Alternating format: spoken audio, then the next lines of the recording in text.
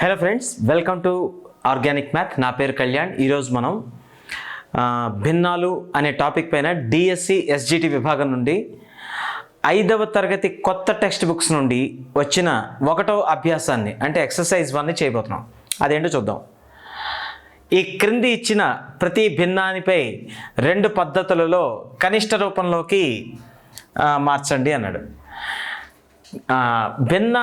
భిన్నాలను కనిష్ట పద్ధతిలోకి మార్చే పద్ధతి ఏంటి అంటే, జనరల్గా దీనిపైన అవగాహన వచ్చేసిన తర్వాత క్యాన్సిలేషన్ ఫాస్ట్గా చేస్తాం. అయితే అవగాహన లేని అభ్యర్థులు లేదా అవగాహన లేని స్టూడెంట్స్ ఎవరైనా ఉంటే కనుక దీన్ని ఒక 2 స్టెప్పుల్లో నేర్పిస్తాం. ఎలాగా అంటే, మొట్టమొదటి పద్ధతి 1వ పద్ధతి ఏం చెప్తామంటే, ఇక్కడ ఈ 2 సంఖ్యలు ఉన్నాయి కదా, లవం హారం అంటే న్యూమరేటరు డినామినేటరు. లవహారాలు రెండిటి యొక్క గసాబా తీసుకోండి. లవహారాల యొక్క రెండిటి యొక్క గసాబాని తీసుకుని ఆ గసాబా చేత లవాన్ని హారాన్ని భాగించాలి. క్లియర్? సో ఇప్పుడు పద్ధతి 1లో ఏం చేస్తున్నానంటే, ఇక్కడ చూడండి, 105కి 15కి గసాబా తీసుకోవాలి. 105, 15లో గసాబా తీసుకోవాలన్నప్పుడు 2 సంఖ్యలు గసాబా కట్టాలంటే మనం ఏం చేయాలి? అందులో పెద్ద సంఖ్యని చిన్న సంఖ్య చేత భాగించుకుంటూ వెళ్ళి శేషం ఎక్కడ 0 అవుతుందో చూసుకోవాలి. సో మనం 15 చేత మనం ఏం చేయాలి? 105ని భాగించాలి. 15 ఎన్నిసార్లు పోతుంది? 7 సార్లు పోతుంది. అప్పుడు 15 105 కాబట్టి శేషం ఎంత అయిపోయింది? 0 అయిపోయింది కదా. అంటే 15 పోయింది కదా ఇది, అంటే శేషం 0 వచ్చేసింది కదా. కాబట్టి ఇది భాగించబడిపోతున్నది కాబట్టి ఇచ్చిన 15 రెండిటికి గసాబా అయిపోతుంది. ఇచ్చిన 15 ఏమవుతుంది? రెండిటికి గసాబా అవుతుంది. సో కాబట్టి గసాబా 15 అని తెలిసిపోయింది కదా. ఇదేంటిది? గసాబా. ఓకే, గసాబా అయినప్పుడు ఈ గసాబా చేత లవాన్ని హారాన్ని రెండింటిని భాగించాలి. అప్పుడు ఎంత అవుతుంది? 105 divided by 15 by 15 divided by 15. Divided by అంటే భాగించడమే కదా అర్థం. మీకు ఇంక తెలిసిందే. ఇక్కడ కట్ చేస్తే ఇది ఎంత అవుతుంది? 15 105 కదా ఇది. 15 15 1 కాబట్టి కింద 1 వస్తుంది. కాబట్టి ఎంత అయింది? 7 కదా ఆన్సర్. 7 అయింది. అయితే ఇదేంటిది? గసాబా అనేది లక్కీగా హారమే గసాబా అయిపోయింది ఇక్కడ. కాబట్టి 1వ పద్ధతి ఇదనమాట. అంటే మనం ఏం చేసాం? 15కి 105కి గల గసాబాను కనుక్కున్నాం. గసాబా ఎంత అయింది? 15 అయింది. ఆ 15 చేత లవాన్ని భాగించాం, హారాన్ని భాగించాం. అప్పుడు అది సింప్లిఫై అయిపోయి ఏ రూపంలోకి వచ్చింది? 7. అంటే ఇంకెంతకంటే సూక్ష్మీకరించడానికి అవకాశం లేదు. సో కాబట్టి ఏంటి? 1వ పద్ధతి ఇలా చెప్పాం. ఇలా కాదు, మీరు బిగినింగ్లో ఉన్నారు, మీకేం తెలియదు, అప్పుడు ఏం చేస్తాం? 15 బై 15 దేని చేత కొట్టేయచ్చో మీకు తెలీదు. కానీ ఒక విషయం అయితే అర్థమైంది. ఏంటదంటే, ఇది 5 చేత భాగించబడుతుంది, ఇది 5 చేత భాగించబడుతుంది. కాబట్టి ఏం చేస్తారు? మీకు తెలిసిన వాటి సామాన్య భాజకాలు అన్నిటి చేత భాగించుకుని వెళ్తారు. అప్పుడు ఏంటవుతుంది? 5 3 15, 5 2 10, 5 1. ఇక్కడ మళ్ళీ 3 అంది కామన్ ఫ్యాక్టర్ ఉందా లేదా? సో కాబట్టి 3 1 3 7. కాబట్టి ఇదంత 7. ఓకే. సో కాబట్టి అంటే లవహారాలు రెండిటి యొక్క గసాబాను కనుక్కొని ఆ గసాబా చేత లవాన్ని హారాన్ని భాగించడం వల్ల అది సింప్లిఫై అయిపోతుంది, అంటే సూక్ష్మీకరించబడుతుంది. ఇది 1వ పద్ధతి. 2వ పద్ధతి ఏంటి? మనం క్యాన్సిలేషన్ కొట్టివేసే పద్ధతి అని మీకు చెప్తాడు ఆ క్లాస్లోని. కొట్టివేసే పద్ధతి అంటే ఏంటి? మీకు చూసుకుంటారు, అది ఏ సంఖ్య చేత, ఏ కనిష్ట సంఖ్య చేత అది కట్ అవుతుందో చూసుకుంటూ దాన్ని కొడుతూ వెళ్తే అది ఆటోమేటిక్గా చివరికి సూక్ష్మీకరించబడుతుంది. అర్థమైందా లేదా? ఈ 2 పద్ధతిలో ఏది కరెక్ట్ అంటే 2 కరెక్టే. ఇది ఒకటే. జనరల్గా ఏది గరిష్ట సామాన్య భాజకం గుర్తించలేని వాళ్ళకి ఇలా కొడుతూ వెళ్తుంటాం. అయితే ఒక స్థాయి దాటిన తర్వాత, ముఖ్యంగా ఒక 10వ తరగతి దాటిన తర్వాత ఒక స్టూడెంట్కి ఇలాంటి విషయాల పట్ల అవగాహన వచ్చేస్తుంది. కాబట్టి ఈ 2 పద్ధతుల్ని సపరేట్గా చెప్పాల్సిన అవసరం లేకుండా మనం జనరల్గా కొట్టివేసి చెప్పవచ్చు. అర్థమైందా లేదా? అయితే మీకు text book exercise, text book content పరంగా ఇది 2 పద్ధతులు ఉందని చెప్పాలి. కాబట్టి ఆ 2 పద్ధతులు వాడు తెలియజేశాడు. కాబట్టి టెక్స్ట్ బుక్ నాలెడ్జ్ ప్రకారం మనం ఏం చెప్పుకున్నాం అంటే, లవహారాలు రెండిటి యొక్క గసాబాను కనుగొని ఆ గసాబా చేత లవాన్ని హారాన్ని రెండిటిని భాగించడం వల్ల అది సూక్ష్మీకరించబడుతుందని 1వ పద్ధతిలోని, లేదా రెండిటి యొక్క సామాన్య భాజకాలతో కొట్టివేస్తూ వెళ్ళేటప్పుడు కూడా అది సూక్ష్మీకరించబడుతుందని మనం చెప్పాం. ఇదంతా దేనికోసం అంటే కేవలం టెక్స్ట్ బుక్ ప్యాటర్న్ని ఫాలో అవడం కోసం. అయితే మనకి ఇలాంటి చిన్న చిన్న విషయాలు తెలిసిపోయిన తర్వాత మనం కొట్టేస్తూ వెళ్ళిపోవచ్చు ఆటోమేటిక్, దానిలో పెద్ద కష్టాలు ఏం లేవు కదా. సో కాబట్టి ఈ 2 పద్ధతులు మీకు అర్థమయ్యే ఉంటాయి. ఈ పద్ధతిని ఎంతగా పాటించాల్సిన అవసరం లేదు, ఎందుకంటే అందరూ తెలిసిన వాళ్ళే ఉంటారు కాబట్టి. సో ఇప్పుడు ఇప్పుడు మొత్తం మీద దీన్ని సూక్ష్మీకరించబడిన భాగం ఎంత అయింది అయితే 7 అయిందా లేదా అంటే 7/1 అంటే 7. ఓకే, ఇప్పుడు రెండో లెక్క తీసుకుందాం. రెండో లెక్క తీసుకుంటే మనకి దాని సూక్ష్మీకరించబడిన రూపం ఏంటైందని అడిగాడు అనుకోండి. అప్పుడు రెండో లెక్కకి సూక్ష్మీకరణ ఎలా చేస్తాం మనం? 200 ఓకే 200/20. ఇక్కడ మీరు గసాబా కనుక్కోవాల్సిన అవసరం కానీ కొట్టివేయాల్సిన అవసరం కానీ లేదు. క్లియర్ కట్ తెలుస్తుంది ఏంటి అంటే ఇక్కడ 20 పదులు 200 అని తెలిసిపోతుంది. కాబట్టి దీన్ని సూక్ష్మీకరించబడిన భాగం ఎంత? 10. అంతే, సింపుల్ ఆన్సర్. అలాగే 7/10 అన్నాం. 7/10కి ఏవైనా సామాన్య భాజకాలు ఉన్నాయా? లేవు. ఈ 2 సహప్రధాన సంఖ్యలు. అంటే అర్థం ఏంటి? 7కి కానీ 10కి కానీ సామాన్య భాజకాలు ఏమీ లేవు, కామన్ ఫ్యాక్టర్స్ క్యాన్సిల్ చేయడానికి ఏమీ లేవు. కాబట్టి దీని సూక్ష్మీకరించబడిన భాగం కూడా ఎంత అవుతుందంటే 7/10. దీన్ని కొట్టివేయడానికి ఇంకేం లేవు. ఓకే, అలాగే 666/66 ఇది తీసుకుందాం.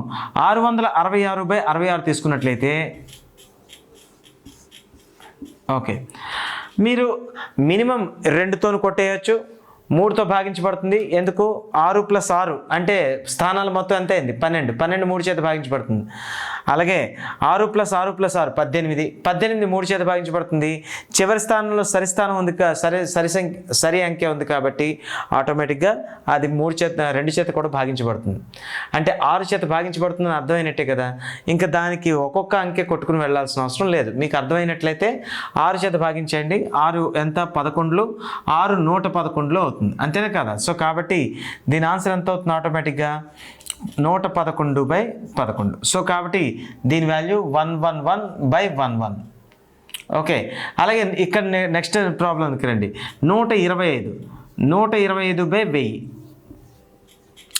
125/1000 అనేసరికి ఇక్కడ 125 అనేది 1000లో కొట్టేయొచ్చా లేదా అని మీకు తెలియపోయినట్లయితే, 125,000 ఎన్నిసార్లు పోతుంది అన్నది మీకు అవగాహన లేకపోయినట్లయితే కనీసం ఇది 25 చేత భాగించబడుతుందా లేదా, ఇది 25 చేత భాగించబడుతుందా లేదా?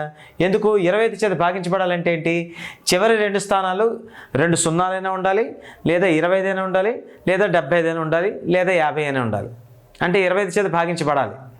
సో ఆటోమేటిక్గా 2 25 చేత భాగించబడతాయి కాబట్టి 25తో కొట్టేయండి ముందు. 25 ఎన్నిసార్లు పోతుంది? 25 5 సార్లు పోతుంది. 25 ఎన్నిసార్లు పోతుంది? 25 40 సార్లు పోతుంది. అప్పుడు మళ్ళీ 5 చేత 40ని కొట్టేయొచ్చు, మీకు హింట్ అందిపోతుంది కదా. 5 1 5 8. కాబట్టి ఎంత అయింది? 1/8. సో కాబట్టి 1/8 అనేది దీని సూక్ష్మీకరించబడిన రూపం. ఓకే, 1/8. ఇంకా చివరి ప్రాబ్లంకి వచ్చారనుకోండి, 120/200. ఇక్కడ మీకు క్లియర్ కట్గా ఒకటైతే అర్థం అవ్వాలి. దేంతో భాగించబడుతుందో లేదో తెలియపోయినా 20 చేత ఇది 2 భాగించబడతాయని తెలుసు కాబట్టి కొట్టేయచ్చు. కాబట్టి ఏం చేస్తారు? 20 6లు 20 10లు, అంతేనా. ఇంకా దీనికి కామన్ ఏమున్నాయి మనకి? 2 3 2 5లు, అంతేనా. 2 3 2 5లు అంటే ఎంత? 3/5. అయితే ఈ విధంగా నేను కొట్టివేయడం గల కారణం ఏంటంటే, ఇప్పటికి కూడా కొన్ని సందర్భాల్లో క్యాలిక్యులేషన్ని స్లోగా చేయగలిగే అభ్యర్థుల కోసం ఉద్దేశం నేను చెప్పాను. స్ట్రైట్గా చూసి క్యాలిక్యులేషన్ మీద ఆ మాత్రం గ్రిప్ ఉన్న వాళ్ళు ఎవరైనా సరే ఖచ్చితంగా ఇక్కడ ఏం చెప్పగలంటే ఇది 43 45 అని చెప్పేస్తారు. ఓకే, సో కాబట్టి ఇదేంటి? టెక్స్ట్ బుక్ కంటెంట్ని ఫాలో అవుతూ టెక్స్ట్ బుక్ ఓరియంటేషన్లో చేసే విధానంలో సూక్ష్మీకరించడం అని ఇచ్చిన ఈ లెక్క ఈ విధంగా మనం చేయాలి. ఓకేనా. నెక్స్ట్ ప్రాబ్లం ఏంటో చూద్దాం. ఇప్పుడు నెక్స్ట్ ప్రాబ్లం అదేంటంటే, క్రింది ఇచ్చిన ప్రతి భిన్నాన్ని కనిష్ట రూపంలోకి మార్చండి కొట్టివేత పద్ధతి ద్వారా. ఓకే, ఇది రెండో లెక్క అనమాట. అయితే మీ అందరికీ నేను ముఖ్యంగా ఒక విషయం ముందు చెప్పదలుచుకున్నాను. ఏంటి అంటే, అది కొట్టివేత పద్ధతి అయినా లేదా గసాబా చేత లవహారాలను భాగించే పద్ధతి అయినా, ఈ 2 ప్రారంభంలో బిగినర్స్కి హెల్ప్ అవుతాయి తప్ప ఆల్రెడీ మీకు వచ్చేసిన వాళ్ళు ఎలాగైనా సింప్లిఫై చేసేయడమే. అయితే గసాబాచే భాగించే పద్ధతి ఒకటి ఉంటుంది అని థియరిటికల్గా తెలియాలి, టెక్స్ట్ బుక్ ఓరియంటేషన్ ఉండాలి అనే ఉద్దేశంతో వారి లెక్క ఏ విధంగా చేయమన్నాడో అదే విధంగా చేస్తున్నాం. ఓకే, మీరు బిట్టు ఆన్సర్ చేసేటప్పుడు మాత్రం మీకు ఫాస్ట్గా చేసుకోవచ్చు, తప్పేం లేదు. సో ఇది కొట్టివేత పద్ధతి అన్నాడు కాబట్టి కొట్టివేత పద్ధతిలో చేద్దాం. ఏంటిది 12/18, 12/18 కొట్టివేత పద్ధతిలో చేయాలి. ఒకవేళ టేబుల్స్ మీద పక్క అవగాహన ఉన్న వాళ్ళైతే దీన్ని రెండింటిని కొట్టేయడానికి 6 2 6 3 అని కొట్టేస్తారు. కాదు, మీకు ఎక్కాల మీద గ్రిప్ లేని వాళ్ళు ఏం చేస్తారు, 2 6లు 2 9లు కొట్టి అలాగే 3 2 3 3లు కట్ చేస్తారు. ఇది కొట్టివేత పద్ధతి అంటాం. అయితే అవగాహన ఉన్న వాళ్ళు కాబట్టి ఫాస్ట్గా చెప్పవచ్చు కదా. ఏంటది 6 2 12, 6 3 18. సో కాబట్టి సూక్ష్మీకరించబడిన భాగం ఎంత అయింది, 2/3. అలాగే ఇక్కడ 14/35, 14/35.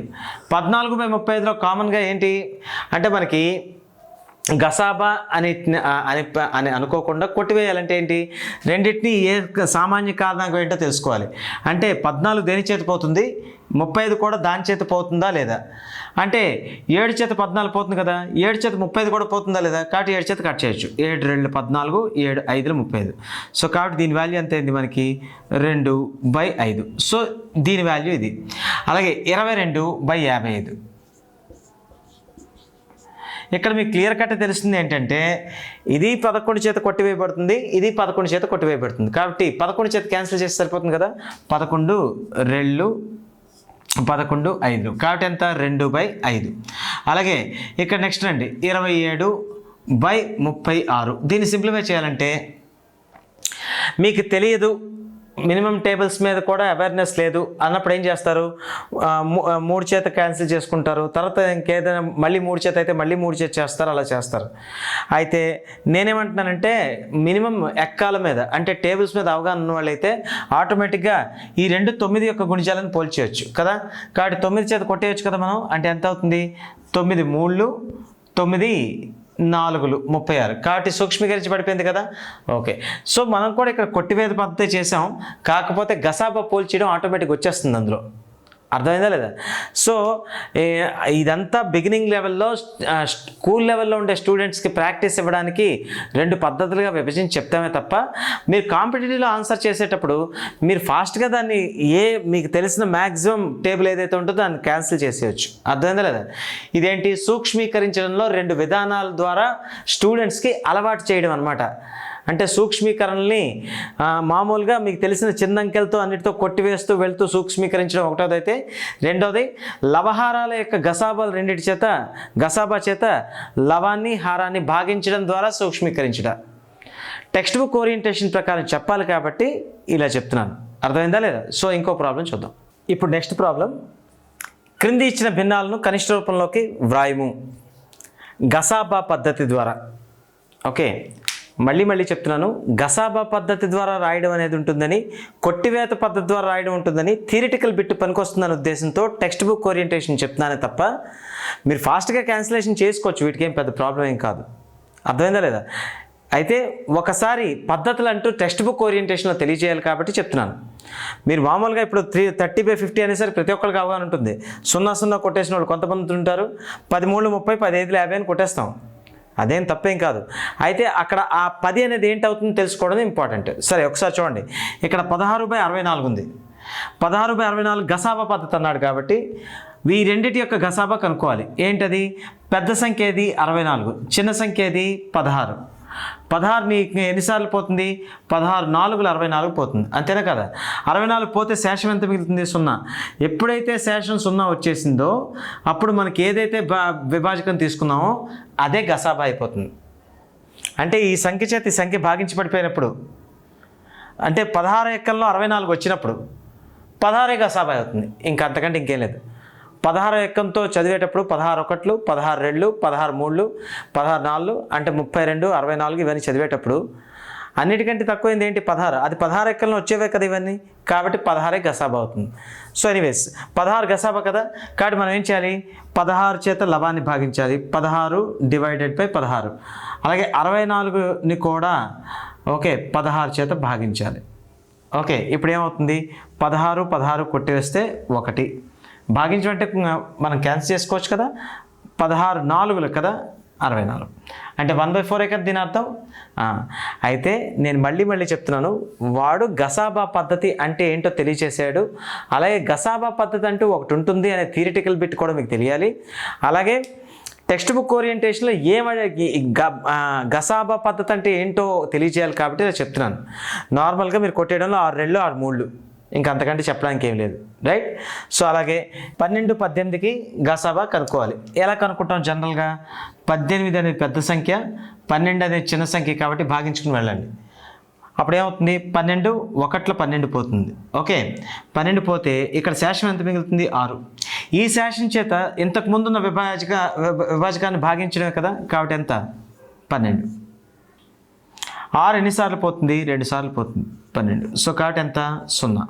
అంటే ఇక్కడ మనకి చివరిగా ఏదైతే విభాజకం దగ్గర 0 అయిందో అదే మనకి ఏమవుతుందంటే గసాబా అవుతుంది ఆటోమేటిక్గా. అంటే ఇప్పుడు గసాబా ఎంత అయినట్లు లెక్క?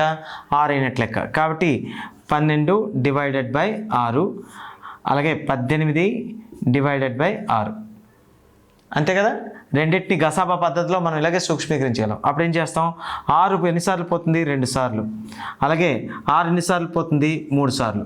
కాబట్టి ఇది గసాబా పద్ధతిలో సాధించడం అనమాట. అర్థమైందా? గసాబా పద్ధతిలో భిన్నాన్ని సూక్ష్మీకరించడం, సింప్లిఫై చేయడం ఇలాగా. అయితే మీ అందరికీ మళ్ళీ చెప్తున్నాను, ఇది గసాబా పద్ధతి అంటే ఇలా ఉంటుందని చెప్పడానికి. ఇక్కడ ఏదైతే మీరు 6 చేత మీరు మామూలుగా అడిగితే చెప్పేస్తారు కదా, ఏమని? 6 కొట్టివేత పద్ధతిలో చెప్పాలంటే ఏం చెప్తారు? 6 2 అలాగే 6 3 అని చెప్పేసాం కదా, సింపుల్గా అయిపోయింది. అయితే ఆ 6 అనేది ఏమైంది? ఈ రెండింటి యొక్క గసాబా అయింది కదా. కాబట్టి ఇది మనం తెలుసుకోవాల్సిన అవసరం. అంటే ఇక్కడ మీకు తెలియాల్సిన విషయం ఏంటంటే, కొంతమంది ఈ వీడియో చూస్తున్న వాళ్ళకి కనిపిస్తుంది, ఎందుకంటే అంత చెప్పడం అవసరమా, ఇదంతా చేయడం అవసరం కాదు. యాక్చువల్గా కొట్టేస్తే మీకు అవుతున్న సంగతి నాకు తెలుసు. కాకపోతే థియరిటికల్ బిట్ అడిగాడు అనుకోండి, ఏ విధంగా? ఓకే, ఒక భిన్నాన్ని సూక్ష్మీకరించవలనన్నా ఓకే, వాటి లవహారాల యొక్క డాష్ చే లవమును మరియు హారమును భాగించవలెను అని అడిగాడు అనుకోండి. అప్పుడు మనకు తెలియాల్సింది ఏంటి? ఇక్కడ దేని చేత భాగించాం? 6 చేత కదా భాగించాం. 6 చేత భాగిస్తే 6 2 6 3 కట్ అయింది. ఈ 6 అనేది లవహారాలకు ఏమవుతున్నది? గసాబా అవుతున్నది కదా. సో కాబట్టి వాడు ఆప్షన్ ఎలా ఇస్తాడు? గసాబా కసాగు, గసాబా కసాగుల లబ్ధం అలా ఇవ్వచ్చు కదా. కాబట్టి ఇక్కడ మనకి తెలియాల్సింది ఏంటంటే, సింప్లిఫై చేసేటప్పుడు లవహారాలను కొట్టేస్తాం సంగతి అందరికీ తెలిసిందే. అయినప్పటికీ కూడా ఇక్కడ లవహారాలని కొట్టేసే గరిష్ట సంఖ్య ఏంటవుతుందంటే, ఆ 2 లవహారాల యొక్క గరిష్ట సామాన్య భాజకం అవుతుందని థియరీ బిట్ అక్కడ మీకు తెలియాలి. అర్థం లేదా? ఇది డిఎస్సి థియరిటికల్ బిట్ అని రావచ్చు కదా. కాబట్టి ఒక భిన్నాన్ని సూక్ష్మీకరించడానికి ఓకే, లవహారాలు రెండింటినీ వాటి యొక్క డాష్ చేత భాగించవలెను. కసాగు గసాబాల భేదము, గసాబాల లబ్ధము. దేని చేత భాగించాలి? గసాబా చేత భాగించాలి అనే థియరిటికల్ బిట్ అర్థం అవడానికి చెప్పాం. ఇక మీరు మామూలుగా భాగించుకోవాలి. ఇప్పుడు చూడండి, ఇలా కట్టాల్సిన అవసరం లేదు. గసాబా రెండింటికి ఏమైంది? 10 కదా. ఎందుకు? 30 చేత 50ని భాగించండి. 50ని భాగిస్తే ఎంత అవుతుంది? 31లో 30 పోతే ఎంత మిగిలింది? ఇక్కడ 20. 20 చేత మళ్ళీ 30ని భాగించాం. 30ని భాగిస్తే ఎంత అవుతుంది? 21లో 20. ఓకే, మళ్ళీ ఎంత మిగిలింది? 10 మిగిలింది. ఈ 10 చేత ఇంతకు ముందున్న విభాజకాన్ని భాగిస్తాం. అంటే ఎంత? 20. 10తో 20 ఎన్నిసార్లు కొట్టేయచ్చు? 2 సార్లు. అంటే 10 2 20, 0 అయిపోయింది. ఎక్కడ 0 అయింది? ఈ చివరి విభాజకం దగ్గర 0 అయింది. కాబట్టి ఇదే గసాబా అవుతుంది కదా. గసాబా, ఆ గసాబా చేత కొట్టేయడం కదా మనకు అర్థం. ఇక్కడ భాగించాం అని అర్థం వేసుకోవడం అంటే అర్థం ఏంటి? డివైడెడ్ బై 10 అంటే అర్థం ఏంటి? 3/5 అనే కదా అర్థం. 10 3 10 5. ఓకే, ఇక్కడ లవహారాల యొక్క గసాబా చేత లవాన్ని హారాన్ని భాగించడమే భిన్నాన్ని సూక్ష్మీకరించడం అంటే అర్థం. మీరు సింప్లిఫై చేయడం ఫాస్ట్గానే చేసేయగలరు చాలామంది, ఆ సంగతి నాకు తెలుసు. కానీ థియరిటికల్ బిట్ ఇక్కడ ఏంటి? ఒక భిన్నాన్ని సూక్ష్మీకరించడానికి లవహారాల యొక్క గసాబాచే భాగించగలను. బిట్ ఏంటి? గసాబా. ఓకే, సరే. ఇక మీ అందరికి తెలిసిందే కాబట్టి ఇలా చేసినా చెప్పినా ఒకటే, నార్మల్గా మీరు భాగించవచ్చు. ఓకే, సో ఒకసారి చూడండి, 40కి 25కి గసాబా ఎంత అవుతుంది? 5 కదా. అంతకంటే ఇంకేం లేదు అవడానికి. ఇలా కడితే 5 వస్తుంది. సో కాబట్టి 5 చేత భాగించేస్తే ఎంత వస్తుంది మనకి? 5 8 40, 5 5 25. కాబట్టి ఎంత అయింది? 8/5. అయితే ఇప్పుడు దేని చేత భాగించాం? 5 చేత భాగించాం. ఆ 5 అనేది ఏమైంది? 40కి 25కి గసాబా అయింది. అర్థమైందా లేదా? సో కాబట్టి ఈ విధంగా గసాబా పద్ధతిలో చేయమని చెప్పాడు. ఇదే అయితే మీ అందరికీ మళ్ళీ చెప్తున్నాను, ఈ సింప్లిఫికేషన్ అనేది మీకు తెలియని విషయం కాదు. ఎందుకంటే ఎప్పుడు నార్మల్గా కానిస్టేబుల్ మిగతా ఎగ్జామ్ రాసిన వాళ్ళు కూడా భిన్నాన్ని సింప్లిఫై చేయడం అంటే ఒకే ఎక్కంతో రెండింటిని కొట్టేయడం అని అర్థం చేసుకోగలరు. ఆ విషయం నాకు తెలుసు. కాకపోతే ఇక్కడ మీకు తెలియాల్సిన ఇంకొక ఎక్స్ట్రా విషయం ఏంటంటే వాడు థియరిటికల్ బిట్ ఇచ్చినప్పుడు ఆన్సర్ చేయడానికి మీకు తెలియాలి. కాబట్టి గసాబా అనే పద్ధతిని కూడా చెప్పడం జరుగుతుంది. అలాగే ఇది ఈ పాఠ్యాంశం అనేది 5వ తరగతిలో ఉన్న పిల్లవాడికి చెప్పాలి. 5వ తరగతిలో ఉన్న స్టూడెంట్కి సూక్ష్మీకరణ అనేది కొత్త. అప్పుడు వాడికి ఏంటి 2 పద్ధతులు ఉంటాయని విడదీసి చెప్పి అవగాహన కలిగించడానికి ఈ అభ్యాసం అనేది ఇలా ఇవ్వడం జరుగుతుంది. ఓకే. సో కాబట్టి ఈ అంశంలో మనం కొత్తగా నేర్చుకుంది ఏంటి? జనరల్గా సింప్లిఫికేషన్ మీ అందరికీ తెలిసిన విషయం అయినప్పటికి కూడాను ఇందులోంచి మనం తెలిసిన కొత్త విషయం ఏంటి అంటే లవహారాలు ఒక భిన్నాన్ని సూక్ష్మీకరించడం అంటే అర్థం లవము మరియు హారము యొక్క గసాబాచే లవహారాలు రెండింటిని భాగించుట. ఇక్కడ గసాబాచే భాగిస్తామా, కసాగు చేత భాగిస్తామా, వాటి లబ్ధం చేత భాగిస్తామా అని బిట్ వచ్చే అవకాశం ఉండొచ్చు. అర్థమైందా లేదా? కాబట్టి థియరిటికల్ పార్ట్ మీద కూడా గ్రిప్ ఉండాలి. కాబట్టి ఈ విధంగా చేసి చూపెట్టాం. మీరు నార్మల్గా బిట్టిస్తే ఫాస్ట్గా కొట్టేయండి. అర్థం లేదా? ఇప్పుడు దీన్ని చేయడానికి ఎంత ఆలోచించడం ఎందుకు? మామూలుగా మీరు అందరూ అనుకోవచ్చు కదా, ఏంటి 16 కాబట్టి 16 1 16 4 అయిపోయిందిగా. అలాగే 12 అంటే 12/18 అంటే 6 2 6 3. అలాగే 30/50 అంటే ఎంత అయింది? 10 3 15. అలాగే 5 8 5 5. ఇది ఫాస్ట్గా అందరూ తెలిసిందే. అయితే ఈ భిన్నంలో ఇక్కడ 5 అనేది గసాబా అవుతుందని తెలియాలి. దేని యొక్క గసాబా? లవహారాల యొక్క గసాబా అవుతుందని తెలియాలి. అలాగే ఇది కూడా 30/50లో 10 అనేది లవహారాల యొక్క గసాబా అవుతుందని తెలుసుకోవడమే ఇక్కడ ముఖ్య ఉద్దేశం. ఈ క్యాన్సిలేషన్ చెప్పడం నా ఉద్దేశం కాదు. క్యాన్సిలేషన్ మీ అందరికీ వచ్చిందే. ఓకే. సో ఎనీవేస్, సో లవహారాల యొక్క గసాబాచే రెండింటిని భాగించడం వల్ల భిన్నం సూక్ష్మీకరించబడుతుంది అనేది ఒక థియరిటికల్ పాయింట్. ఓకే. అది 5వ తరగతి కుర్రోడైనా మనమైనా గ్రహించాల్సింది అదే విషయం. క్లియర్? ఇంకో లెక్క చూద్దాం. క్రింది ఇచ్చిన ప్రతి భిన్నానికి 3 సమాన భిన్నాలను రాయండి. ఈ సమాన భిన్నాలు అంటే అర్థం ఏంటి? ఏమీ లేదు, మీ అందరికి అర్థమయ్యే భాషలో సింపుల్గా చెప్పేస్తాను. 5/8 అనే భిన్నం ఉంది. దీని సమాన భిన్నం రాయాలి. సమాన భిన్నం రాయాలంటే ఒకటే గుర్తుపెట్టుకోండి, ఏదైనా ఒక స్థిరమైన సంఖ్యతో, ఒక స్థిర రాశి లేదా ఒక స్థిరాంకముతో లవాన్ని హారాన్ని రెండింటిని ఒకే అంకెతో గుణించేయండి అంతే. సపోజ్ అన్నిటికంటే మీకు ఏది ఈజీ అనిపిస్తుంది? 2 చేత గుణించడం అంటారా? 2 చేత గుణించండి. 2 చేత గుణిస్తే ఎంత అవుతుంది? 2 × 5/2 × 8. ఓకే. ఒకే సంఖ్య చేత లవహారాలని గుణించడం వల్ల మనకి భిన్నం విలువ మారుతుందా? మారదు. ఎందుకు? ఇక్కడ 2ని కొట్టేస్తే మళ్ళీ 5/8 కదా ఉంటుంది. సో కాబట్టి ఈ 2 చేత గుణించి భాగించడం వల్ల ఈ భిన్నం ఎఫెక్ట్ అవుతుందా? అవ్వట్లేదు. కాబట్టి గుణించి భాగించవచ్చు. ఓకే. సో కాబట్టి ఇక్కడ మనకి 2 × 5 2 × 8. 2 5లు ఎంత? 10. 2 8లు ఎంత? 16. ఇప్పుడు ఇందులో 2 అనే అంకె చేత ఈ రెండింటిని కొట్టేస్తే మళ్ళీ ఎంత వచ్చేస్తుంది? 5/8గా. అంటే దాని అర్థం ఏంటి? దీనికి ఈ భిన్నం అనేది ఏమైంది? సమాన భిన్నం అయింది. ఓకే. అలాగే ఇంకా మీకు 3 సమానమైన అంకెలు రాయమన్నారు కదా, ఇంకా 2 అనే కాదు, ఏదైనా మీకు నచ్చిన అంకె. ఓకే. 5 చేత గుణించామనుకోండి, అదే 5/8ని నేను ఇంకో విధంగా రాస్తున్నాను. ఏంటది? 5/8 అదే 5/8ని నేను ఎలా రాస్తున్నానంటే 5 చేత గుణించి భాగిస్తున్నాను. అంటే ఇక్కడ 5 చేత గుణిస్తున్నాను, ఇక్కడ కూడా 5 చేత గుణిస్తాను. మీ అందరికీ తెలిసిన విషయమే. ఈ 5ని క్యాన్సిల్ చేస్తే ఈ 5/8 అనేది ఎప్పట్లాగానే ఉంది. అంటే ఈ 5 చేత గుణించడం వల్ల మనకి ఏ రకమైన మార్పు రాలేదు. కాబట్టి గుణించడంలో ఏ రకమైన ప్రాబ్లం లేదు. ఇప్పుడు ఎంత అవుతుంది? 5 5లు ఎంత? 25. 5 8లు ఎంత? 40. ఇప్పుడు ఈ 25 40లో 5 చేత కొట్టేస్తే మళ్ళీ మనకి ఎంత వచ్చేస్తుంది? 5/8 వస్తుందా లేదా? వస్తుంది. కాబట్టి ఎంత 5 5లు 5 8లు కాబట్టి వచ్చినట్టుగా. అంటే ఈ ఈ 5/8కి 10/16 అనేది సమాన భిన్నమైంది. అలాగే 5/8కి 25/40 కూడా సమాన భిన్నమే అయింది.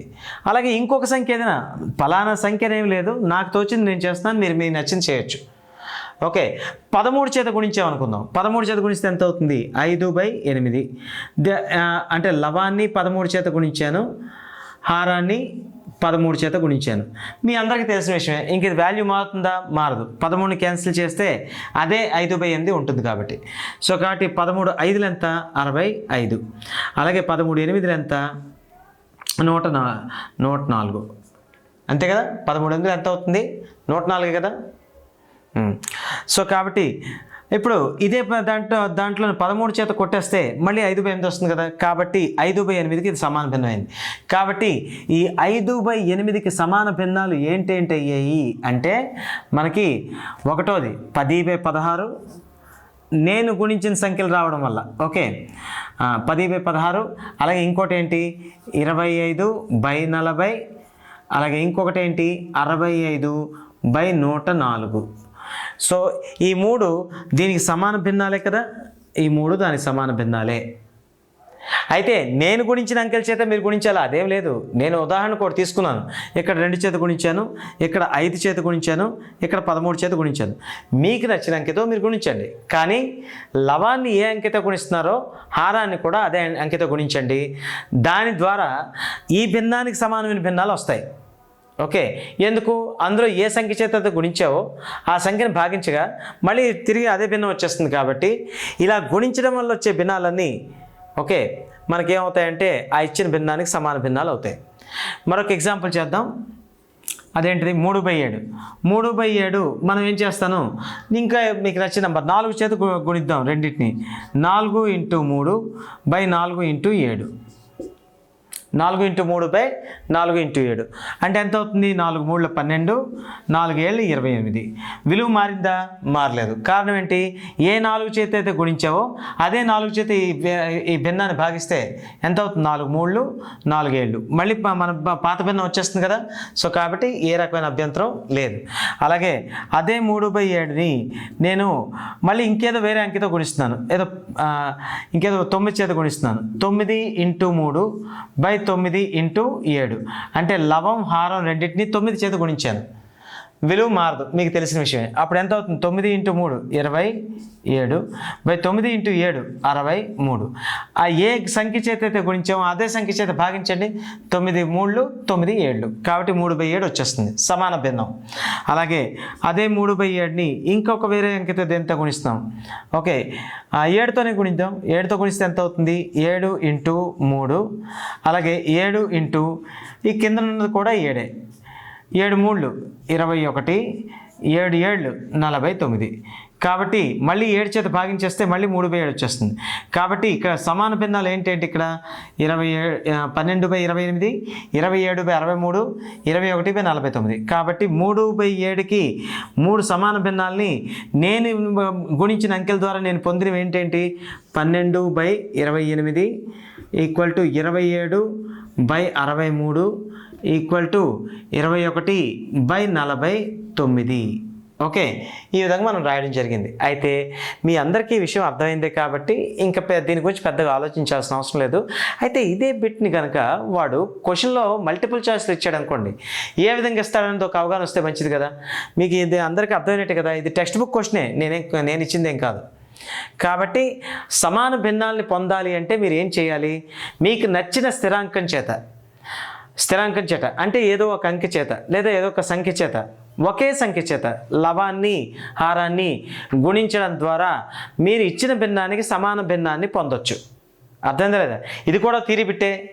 ఇచ్చిన భిన్నానికి సమాన భిన్నాన్ని పొందవలెనన్నా లవహారాల ఒక స్థిరాంకముచే లవహారాలను గుణించవలన భాగించవలన ఏది మీ ఇష్టం. అర్థమైందా లేదా? అంటే ఒకే స్థిరాంకం చేత గుణించడం వల్ల కానీ భాగించడం వల్ల కానీ ఓకే మనం దానికి సమానమైన భిన్నాల్ని పొందగలం. ఓకే, ఎనీవేస్ ఇప్పుడు దీన్ని కొంచెం బిట్ ఓరియంటేషన్ ప్రకారం అంటే అర్థం ఏంటంటే డిఎస్సిలో ఒకటి బిట్ ఇచ్చామనుకోండి, ఎలాగ ఇవ్వచ్చు? ఇదే ఎగ్జాంపుల్ ఇదే 7/10 అనుభిన్నానికి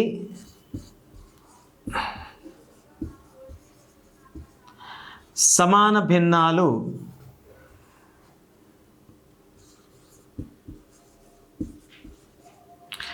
భిన్నాలు ఈ క్రింది వానిలో ఏవి?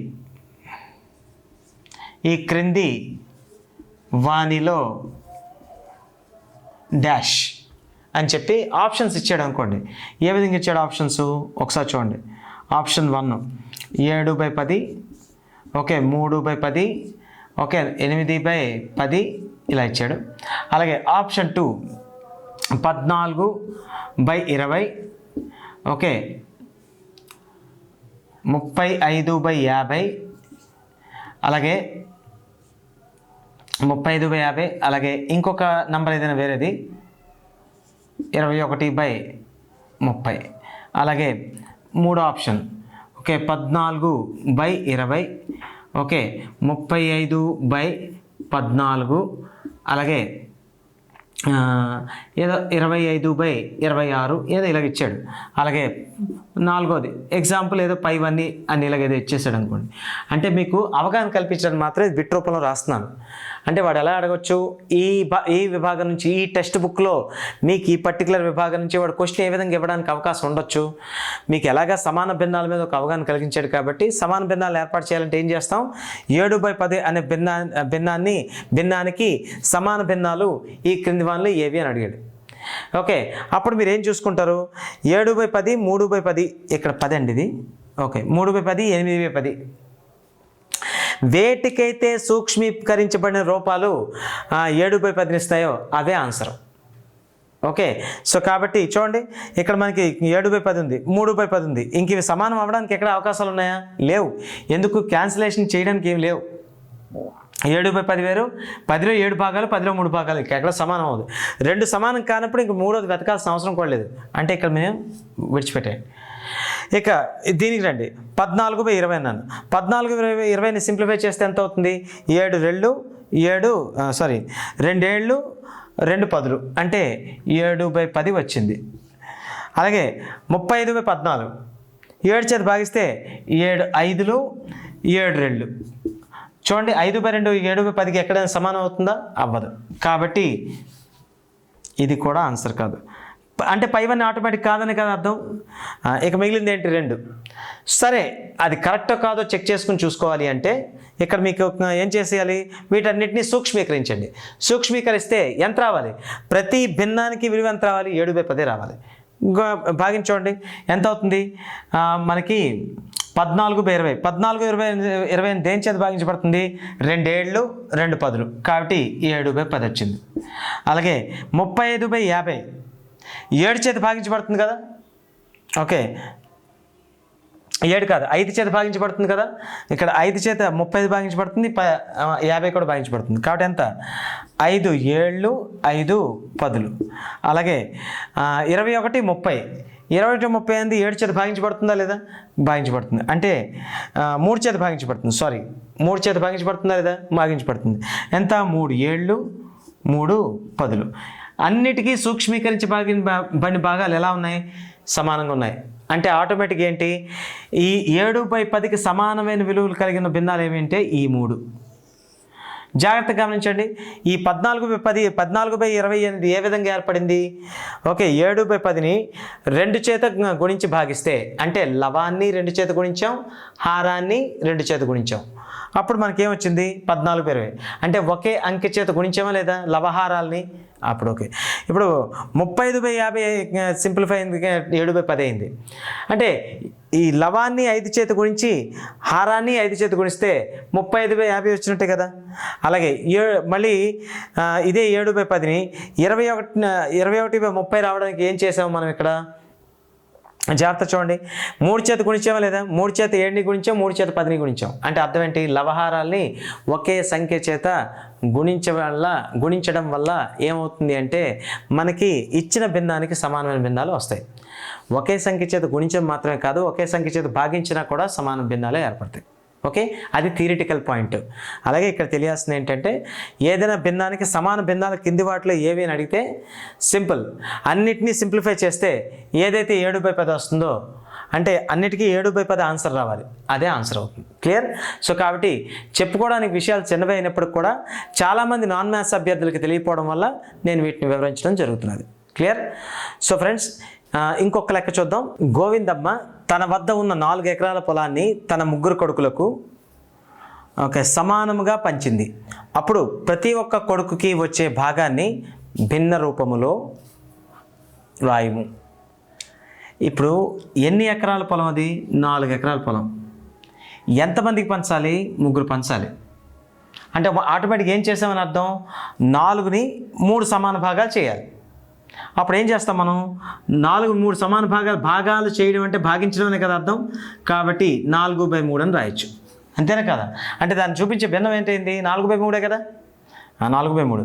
ఒకవేళ మిశ్రమ భిన్న రూపంలో కూడా రాయాలి అనుకుంటే అప్పుడు ఏంటవుతుంది? మీకు 3 చేత ఎన్నిసార్లు కొట్టేయచ్చు? 3 ఒకట్లు. 3 ఒకట్లు 3 పోతే శేషం ఎంత మిగులుతుంది? 1 మిగులుతుంది. కాబట్టి 1/3. ఇది మిశ్రమ భిన్న రూపంలో తెలియజేయచ్చు. అంటే భిన్న రూపం అంటే 4/3. అంటే 4 ఎకరాలని 3 సమాన భాగాలు చేయాలి. భాగాలు చేయడం అంటే భాగించడం. 3 భాగాలు చేయాలి కాబట్టి 3 చేత భాగించడం. కాబట్టి 4/3 చేసాం. భిన్న రూపం అంటే 4/3. దాని మిశ్రమ భిన్న రూపం చెప్పాలంటే 1/3. ఓకే. సో ఈ విధంగా మీరు అనుకోవచ్చు. అయితే ఇలా కాకుండా మీకు ఒకవేళ దీన్ని ఫిగర్ల ద్వారా కూడా ఒకసారి అర్థం కాని వాళ్ళకి విజువలైజ్ చేయడానికి చిన్న ఫిగర్ ద్వారా ఒకసారి చెప్తాను. ఇది అవసరమైతే కాదు, జనరల్గా అర్థమైన వాళ్ళకి ఓకే, అర్థం కాని వాళ్ళకి అర్థం పూర్తిగా దీన్ని అర్థం చేసుకోలేని వాళ్ళకి ఒకసారి ఫిగర్ రూపంలో చెప్పాలనుకుంటే ఏం చెప్పొచ్చు? ఇగో ఇది 1 ఎకరం, ఇది 1 ఎకరం, ఇది 1 ఎకరం, ఇది 1 ఎకరం. ఓకే. ఇప్పుడు 3 కొడుకులు పంచేది. 3 కొడుకులు పంచినప్పుడు 3కి ఒక్కొక్క ఎకరం చొప్పున 3కి 3 ఎకరాలు వచ్చేసాయి. కానీ ఇంకా 1 ఎకరం మిగిలిపోయింది. అప్పుడు ఆ ఎకరాన్ని కూడా ఏం చేయాలి? 3 సమాన భాగాలు చేసేయాలి కదా. ఈ 1 ఎకరాన్ని ఎన్ని సమాన భాగాలు చేయాలి? 3 సమాన భాగాలు చేయాలి. అప్పుడు ఒక్కొక్క భాగం ఎంత అవుతుంది? ఇది మొత్తం 1, ఇది ఒక్కొక్క భాగం ఎంత అవుతుంది? 1/3 అవుతుందా లేదా? అంటే ఇప్పుడు ప్రతి ఒక్కరికి ఎంత అవుతున్నది? ఇది ఒక 1/3 ఉంది, ఇది ఒక 1/3 ఉంది, ఇది ఒక 1/3 ఉంది, అంతే కదా. అంటే ఇప్పుడు ప్రతి ఒక్కరికి ఎంత వేసి వస్తుంది? ఈ 1 భాగం, ఇందులో 1/3 భాగం, వీడికేమో ఇందులో 1 భాగం, ఇందులో 1/3 భాగం. అంటే ఒక్కొక్కరికి ఎంత వస్తుంది? 1 ప్లస్ 1/3. అలాగే రెండో వాడికి కూడా 1 ప్లస్ 1/3. మూడో వాడికి కూడా ఎంత? 1 ప్లస్ 1/3. ప్లస్ అంటే అర్థం ఏంటి? మిశ్రమ భిన్నం అనే కదా అర్థం. అంటే దీన్ని ఎలా రాస్తాం? 1 and 1/3. దీన్నే 1 and 1/3. 1 and 1/3. ఇది మీకు అర్థం కావడానికి డయాగ్రమాటిక్ రూపంలో చెప్పడం. ఎగ్జామ్లో ఇది మనం ఏం వాడాల్సిన అవసరం లేదు. సింపుల్గా మీరు ఏ విధంగా అర్థం చేసుకుంటే సరిపోతుంది. 4 ఎకరాలు ఉంది, 3 పంచాలి. పంచడం అనే ఆ పదానికి అర్థమే భాగించడం అని. అది మీకు 4th క్లాస్లో తెలుస్తుందా ఆల్రెడీ? పంచడం ద్వారా భాగించడం అంటే డిస్ట్రిబ్యూషన్ ద్వారా భాగాహారం అని. కాబట్టి పంచడం అంటే భాగించడం, కాబట్టి 4ని 3 చేత భాగించడం. కాబట్టి భిన్న రూపం ఏంటి? 4/3. లేదా దాని మిశ్రమ భిన్న రూపం చెప్పాలంటే ఏంటి? 1 and 1/3. ఈ 1 and 1/3 అనే దానికి అర్థం తెలియడానికి నేను ఇది వివరించాను. అర్థమైందా లేదా? ఏంటది? 4 ఎకరాలు ఉన్నాయి, తలా ఒక్కడికి ఒక్కొక్క ఎకరం చొప్పున పంచితే ఒక్కొక్కడికి ఒక్కొక్క ఎకరం వచ్చేసింది. ఆ ఒక్కొక్క ఎకరం వచ్చేసిన తర్వాత ఇంకొక ఎకరం మిగిలిపోయింది. దాన్ని మళ్ళీ 3 వంతులు చేస్తే 1/3 వంతు ఒక్కొక్కడికి వస్తున్నది. అంటే ఒక్కొక్కడికి వచ్చే వాటా ఎంత? వీడికి 1 ఎకరం రాగా ఇందులో 1/3 వంతు వస్తున్నది. అలాగే ఇందులో 1 ఎకరం, ఇందులో 1/3 వంతు. అలాగా 1 ప్లస్ 1/3 వంతు. ప్లస్ అంటే 1 and 1/3 వంతు. క్లియర్? సో కాబట్టి ఈ విధంగా మనం ఈ లెక్కను అర్థం చేసుకోవచ్చు. లెక్క చేసేయడం అయితే ఫాస్టే, కానీ దాని వెనుకున్న కాన్సెప్ట్ని అర్థం చేసుకోవడం ఈ విధంగా అర్థం చేసుకుంటే మీకు ఎప్పటికీ కూడా ఈ కాన్సెప్ట్ మర్చిపోకుండా ఉండగలరు. అయితే డియర్ ఫ్రెండ్స్, నేను ఈ వీడియోలో మీకు చెప్పేది కొన్ని సందర్భాల్లో కొంచెం లెంగ్త్ ఎక్కువ చెప్పండొచ్చు. దానికి కారణాలు ఏంటంటే సూక్ష్మీకరణలు. అంటే ఇప్పుడు మ్యాటర్ ఏంటంటే సూక్ష్మీకరణ అంటే అర్థం ఏంటి? సింపుల్ కొట్టేయడం. కానీ దాని వెనకుండా థియరీ బిట్స్ అని రావచ్చు కదా. థియరీ బిట్స్ ఏ విధంగా?